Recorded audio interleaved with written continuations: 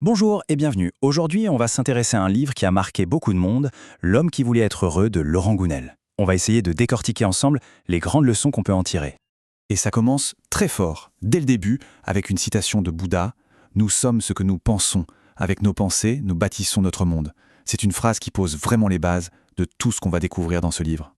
Alors, pour nous mettre dans le contexte, l'histoire, c'est celle d'un touriste, un occidental en vacances à Bali. Et ce qui est intéressant, c'est qu'il n'est pas vraiment malade, physiquement parlant. Non, il ressent plutôt un mal-être général, une sorte de tristesse diffuse. Du coup, il se dit, pourquoi pas, et il va voir un vieux guérisseur local, quelqu'un de très respecté sur l'île. Et là, première surprise. Après un examen un peu particulier, on va dire, le diagnostic du guérisseur tombe. Et ce n'est pas du tout ce à quoi on pourrait s'attendre. Il lui dit que sa douleur, elle n'est pas physique en fait. C'est le symptôme de quelque chose de bien plus profond, un grand malheur dans sa vie. C'est là qu'on arrive à la première leçon, la clé de voûte de tout le livre. Le guérisseur lui explique que le vrai problème, ce n'est pas la réalité elle-même, mais ce qu'on croit à propos de cette réalité. C'est une idée vraiment puissante. Alors, pour que ce soit concret, le guérisseur lui demande un exemple. Et le protagoniste, il se livre un peu. Il avoue qu'il est persuadé d'être trop maigre pour plaire aux femmes. Et pour lui, attention, ce n'est pas juste une impression, c'est un fait, une vérité objective. Mais le guérisseur, il ne se laisse pas démonter. Il lui sort un contre-exemple assez parlant, celui de Nicole Kidman. Il lui explique que si tout le monde la trouve magnifique, ce n'est pas tant une question de perfection physique, c'est surtout qu'elle-même est profondément convaincue d'être superbe, et c'est cette conviction-là qu'elle projette sur les autres. Et voilà le point central, vraiment le cœur de l'idée. Les autres nous voient comme on se voit nous-mêmes. C'est incroyable, non ? Nos croyances intérieures finissent par modeler, par créer notre réalité extérieure. Bon, d'accord, c'est une belle idée, mais concrètement, comment ça marche au jour le jour ? C'est une bonne question. Et le livre nous l'explique avec un mécanisme qui se déroule en 2 temps. La première étape, c'est que nos croyances agissent un peu comme des lunettes qui filtrent la réalité. Si on croit que le monde est dangereux, on va voir des risques partout, se méfier de tout le monde. À l'inverse, si on croit que le monde est bienveillant, on va remarquer la beauté, les opportunités. On sélectionne sans même s'en rendre compte les infos qui confirment ce qu'on pense déjà. Le deuxième effet, c'est l'effet projecteur. C'est ce qu'on appelle aussi la prophétie autoréalisatrice. Par exemple, si je crois que je suis quelqu'un de pas très intéressant, eh bien je vais me comporter comme tel. Je vais parler vite, sans conviction, et devinez quoi ? Les autres vont sentir ça et vont se désintéresser. Ce qui au final va confirmer ma croyance de départ, c'est un cercle vicieux. Ok, donc on voit bien à quel point ces croyances sont puissantes. Mais du coup, la question qui vient juste après, c'est d'où est-ce qu'elles sortent ces croyances ? Comment se sont-elles installées en nous ?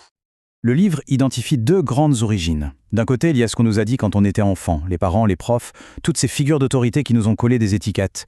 Et de l'autre côté, il y a les conclusions qu'on a tirées nous-mêmes de nos expériences, surtout celles qui ont été fortes en émotion. Et pour illustrer ce pouvoir de la programmation externe, il y a une étude qui est juste ahurissante. Des chercheurs ont fait croire à des enseignants que certains de leurs élèves étaient surdoués. Et 1 an plus tard, qu'est-ce qu'on a constaté ? Le QI de ces élèves avait réellement augmenté. Et l'inverse était vrai aussi. Ça montre bien à quel point le regard des autres peut nous façonner. Allez, on continue. Et là, on va aborder la preuve peut-être la plus spectaculaire de l'impact de nos croyances, cette fois directement sur notre corps. Je veux bien sûr parler de l'effet placebo. C'est un fait scientifique. Les labos pharmaceutiques sont obligés de tester leurs médicaments contre des placebos. Et ce que montrent ces études, de façon systématique, c'est qu'en moyenne, 30% des gens guérissent juste en prenant une pilule de sucre, une pilule qui ne contient rien, juste parce qu'ils croient que ça va les guérir. Et sur la douleur, c'est encore plus fou.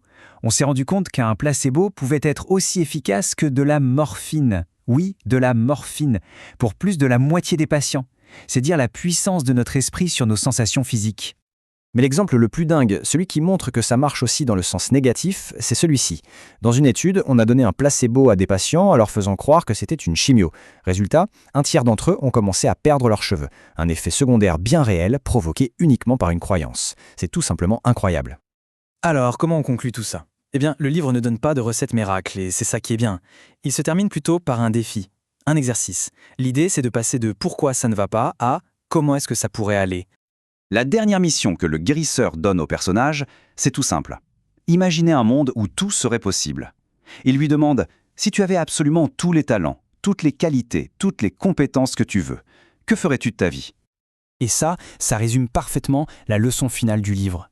L'idée qu'il ne faut jamais laisser personne, et surtout pas soi-même, nous dire ce dont on est capable ou pas. C'est à chacun de nous de choisir sa vie et de la vivre pleinement. Et donc cette exploration du livre nous amène à une question finale, une question que chacun peut se poser. Après tout ce qu'on a vu, la question est: quelle est la croyance qui peut-être aujourd'hui nous empêche d'être pleinement heureux? C'est une réflexion qui vaut le coup d'être menée.